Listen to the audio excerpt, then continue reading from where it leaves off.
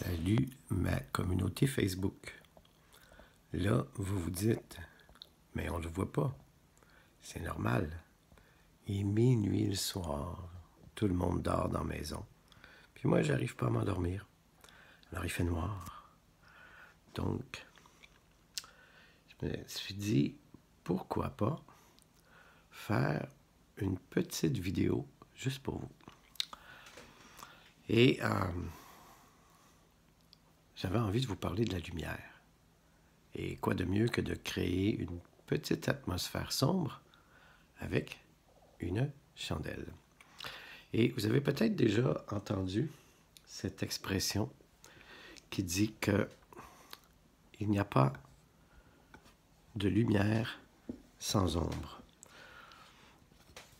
Que pour avoir de la lumière, en fait, il faut qu'on ait de l'ombre. Donc, j'ai ici une autre chandelle que je viens installer.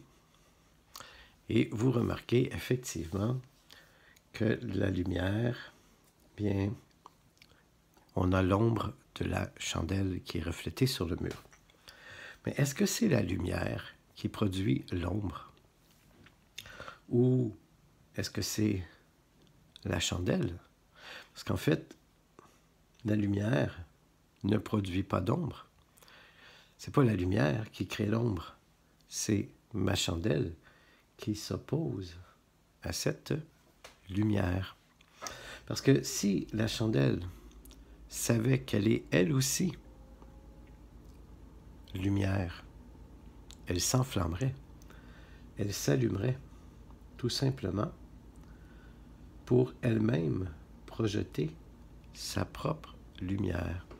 Et si vous remarquez, on voit toujours l'ombre de la chandelle, mais l'ombre de la flamme sur le mur, elle n'apparaît pas.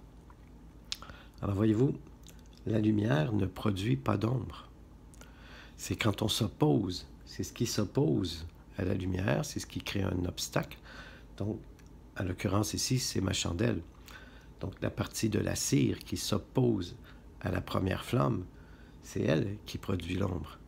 Mais une fois qu'elle s'enflamme, la flamme ne produit aucune ombre.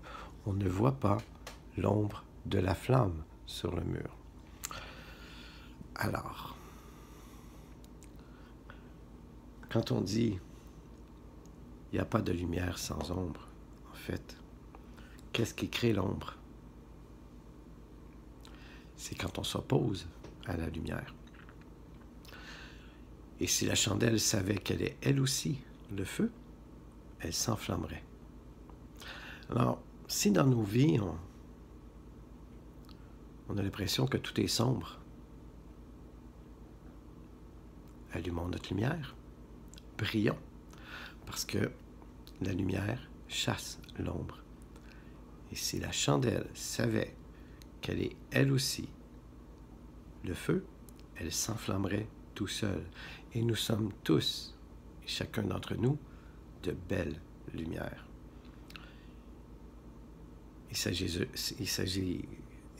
juste de laisser cette flamme-là briller pour éclairer alentour de nous et nos ombres, nos ondes d'ombre disparaissent.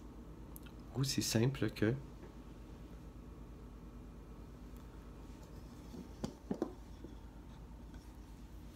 la lumière chasse l'ombre. Elle ne la produit pas.